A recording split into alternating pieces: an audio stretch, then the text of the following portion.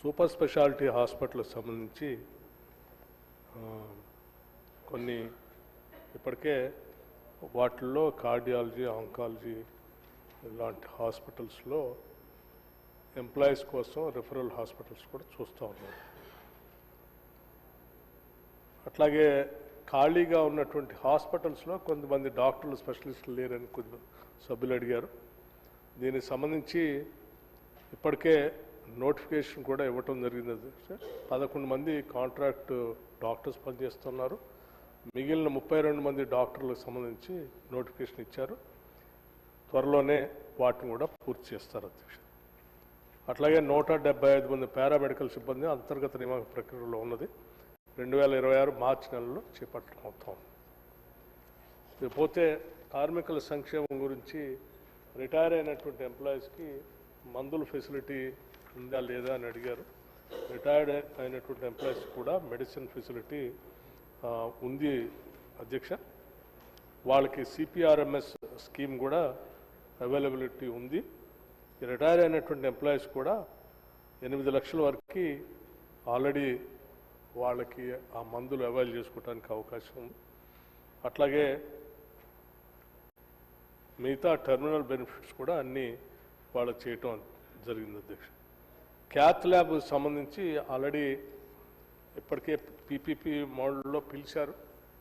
మన రాజ్ ఠాకూర్ గారు అడిగారు. కాంట్రాక్ట్ అవార్డ్ చేయడం కూడా జరిగింది. Established cath lab at Ramagundam under PPP mode and will start with in 75 days.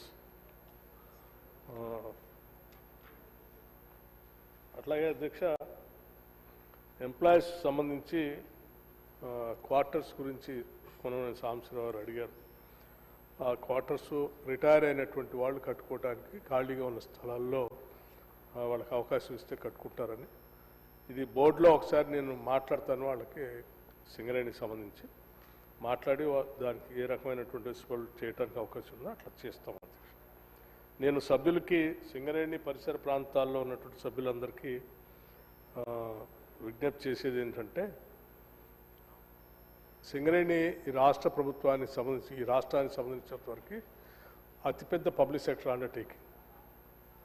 దీంట్లో పెద్ద ఎత్తున ఉద్యోగస్తులకి బాగా ఉద్యోగాల అవకాశాలు కల్పించే ఏకైక ప్రభుత్వ రంగ సంస్థ. దీన్ని కాపాడుకోవాల్సిన బాధ్యత, అవసరం కూడా ఆయా పరిసర ప్రాంతాల్లో ఉన్నటువంటి శాసనసభ్యులు, ప్రభుత్వం పైన కూడా ఆధారపడి ఉంది అధ్యక్ష. ఒకప్పుడు బొగ్గు తీయటం అనేది ఈ ప్రాంతంలో మోనోపలి. ఆ మోనోపలి ఉంది కాబట్టి సింగరేణి పబ్లిక్ సెక్టర్ అండర్టేకింగ్ ఉంది కాబట్టి సింగరేణికే ఇస్తూ ఉండేటువంటి వాడు. ఇప్పుడు ఆ మోనోపలి నుంచి ప్రైవేటైజేషన్లోకి, గ్లోబలైజేషన్లోకి దేశం, ప్రపంచం కూడా వచ్చేసింది. గవర్నమెంట్ ఆఫ్ ఇండియా సింగరేణికి ఆయా పరిసర ప్రాంతాల్లో మన రాష్ట్రంలో ఉన్నటువంటి బొగ్గుబాయిలన్నీ కేటాయించాల్సింది పోయి ఇప్పుడు ఆక్షన్ చేస్తూ ఉన్నాం. ఆక్షన్లో సింగరేణి పార్టిసిపేట్ చేసి ఎవరు అంటే సింగరేణితో పాటు ప్రైవేట్ వ్యక్తులు, ఏజెన్సీస్ కూడా పార్టిసిపేట్ చేస్తున్నాయి.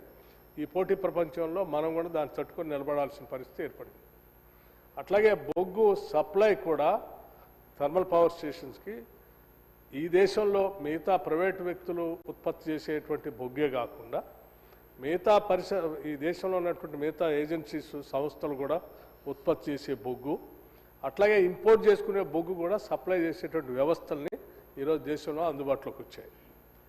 ఈ పరిస్థితుల్లో ఈ బొగ్గు కొనేటువంటి సంస్థలు, థర్మల్ పవర్ స్టేషన్స్, గవర్నమెంట్ కానీ లేకపోతే ప్రైవేట్ ఇండస్ట్రీస్ కానీ తప్పనిసరిగా ఎక్కువ ఎవరు తక్కువకి సప్లై చేస్తే వాళ్ళ దగ్గర కొనుగోలు చేసే పరిస్థితి ఉత్పన్నమైంది. సో ఎవరు తక్కువకి బొగ్గుని సరఫరా చేయగలరో, తక్కువ ధరకు సరఫరా చేయగలరో వాళ్ళ దగ్గరే బొగ్గు కొనే పరిస్థితి ఉత్పన్నమైనప్పుడు కంపారిటివ్గా మనకు అందుబాటులో ఉన్నటువంటి వ్యవస్థలన్నీ చూస్తే ఎక్కువ ధర సింగరేణి ద్వారా మాత్రమే బొగ్గు సప్లై చేయబడతా ఉంది. సో రాను రాను సింగరేణి సంబంధించినటువంటి బొగ్గు ఉత్పత్తి రేట్ని తగ్గించుకుంటూ పోటీ ప్రపంచంలో బొగ్గు దొరుకుతున్న దాని సరి సమానంగా బొగ్గుని మనం అమ్మగలిగినప్పుడే దీని మనుగడ భవిష్యత్ తరాలకి మనం సింగరేణిని అందించగలం. అందులో పనిచేసే ఉద్యోగస్తులు కానీ ఆ కుటుంబాల భవిష్యత్తు దృష్టిలో పెట్టుకొని మనం అందరం దానిపైన సీరియస్గా ఒక యాక్షన్ ప్లాన్ తయారు చేసుకోకపోతే ప్రమాదంలో పడే పరిస్థితి ఉంది అధ్యక్ష.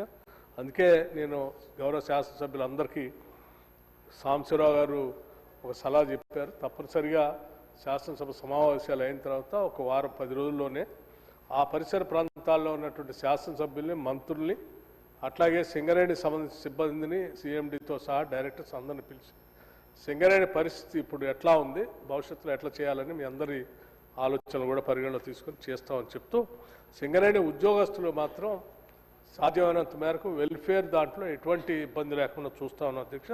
మన ప్రభుత్వం వచ్చిన తర్వాత మొట్టమొదటిసారి సింగరేణి ఎంప్లాయీస్కి ఇన్సూరెన్స్ కార్యక్రమాన్ని తీసుకొని ఒక్క పైసా రాష్ట్ర ప్రభుత్వం పైన కానీ లేకపోతే సింగరేణి పైన కూడా ఒక్క రూపాయి కూడా భారం లేకుండా ఇన్సూరెన్స్ బ్యాంకుల ద్వారానే, ఎందుకంటే బ్యాంకుల ద్వారా మనం ఈ లావాదేవీలన్నీ చేస్తూ ఉన్నాం, వాళ్ళ అకౌంట్స్ మెయింటైన్ చేస్తున్నాం కాబట్టి బ్యాంకుల ద్వారానే ఎటువంటి ఇబ్బంది లేకుండా కార్మికులందరికీ ప్రమాదవశాత్తు ఏదైనా జరిగితే ₹1,00,00,000 ఇన్సూరెన్స్ వాళ్ళకి వచ్చేటట్టుగా సింగరేణి కార్మికులందరికీ మొట్టమొదటిసారి మన ప్రభుత్వం, ఈ ప్రభుత్వం, ప్రజాప్రభుత్వం వచ్చిన తర్వాతనే చేసాం అధ్యక్ష. ఈ 1 crore ఇన్సూరెన్స్ కార్యక్రమం సింగరేణితో పాటు విద్యుత్ శాఖలో ఉన్న అన్ని డిస్కమ్స్, ఎనర్జీలో ఉన్నటువంటి కార్మికులందరూ కూడా చేస్తున్నాం. భవిష్యత్తులో ఈ రాష్ట్రంలో పనిచేస్తున్నటువంటి ఉద్యోగస్తులందరికీ కూడా ఈ 1 crore ఇన్సూరెన్స్